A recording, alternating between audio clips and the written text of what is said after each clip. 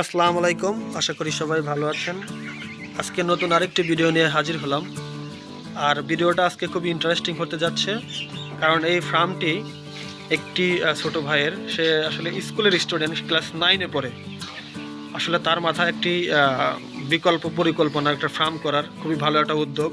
সে কীভাবে আসলে এই উদ্যোগটা গ্রহণ করলো এবং প্ল্যানটা করলো, তার সাথে আপনাদেরকে পরিচয় করিয়ে দেবো এবং সেই সম্পর্কে আমরা তার মুখ থেকেই শুনবো।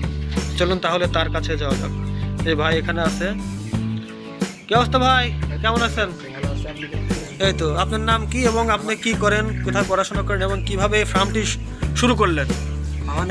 এই কিভাবে ফার্মটি শুরু করলেন সেই সম্পর্কে একটু বিস্তারিত বলেন। আমার নাম মোহাম্মদ কাসর হোসেন, আমি ক্লাস 9-এ পড়ি।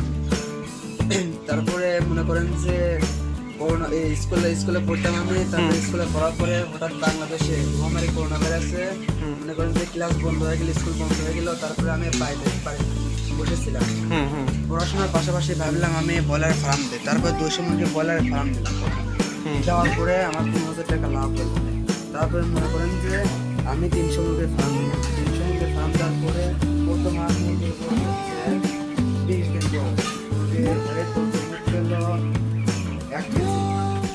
মহামারী করোনা ভাইরাস চলে গেল। ভাবলাম তাই বলে আরো ভাবছি আরো বড় করে একটা ফার্ম দেবো।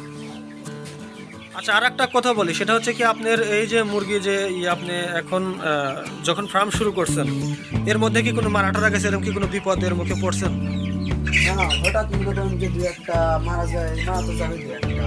আর মনে করেন যে 2-1টা হলো প্রতিবন্ধী হয়ে থাকে। সব মনে করেন যে তিনি বর্তমান মারা যায় না বেশি, হঠাৎ 2-1টা মারা যায়।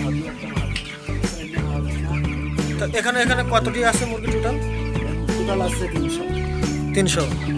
300 থেকে কেমন লাভ হতে পারে? আশা করছি 300 থেকে 25,000 টাকা লাভ হবে। 25,000। আপনি কি সামনে আরো চিন্তা ভাবনা আছে যে পড়াশোনা যেহেতু করতেছেন, পড়াশোনার পাশাপাশি? করোনা ভাইরাস মনে করেন যে ভাবতেছি আরেকটা বড় করে একটা ফার্ম দেবো। পড়াশোনার পাশাপাশি আরেকটা বড় করে ফার্ম দেবো। বসে থাকি তো লাভ নাই। আর মনে করেন যে এটা তো বেশি কষ্ট করা লাগে না, তাহলে পানি দেওয়া আর খাদ্য দেওয়া। মানে পানি দেওয়া, খাদ্য দেওয়া? পানি দেওয়া আর খাদ্য দেওয়া। আর মনে করেন যে এক সপ্তাহ পর আপনার মনে করেন যে এসব।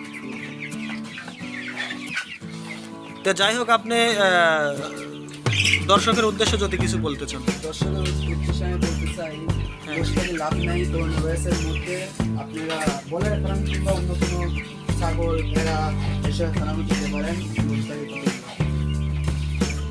যাই হোক, সবাই আমার জন্য দোয়া করবেন।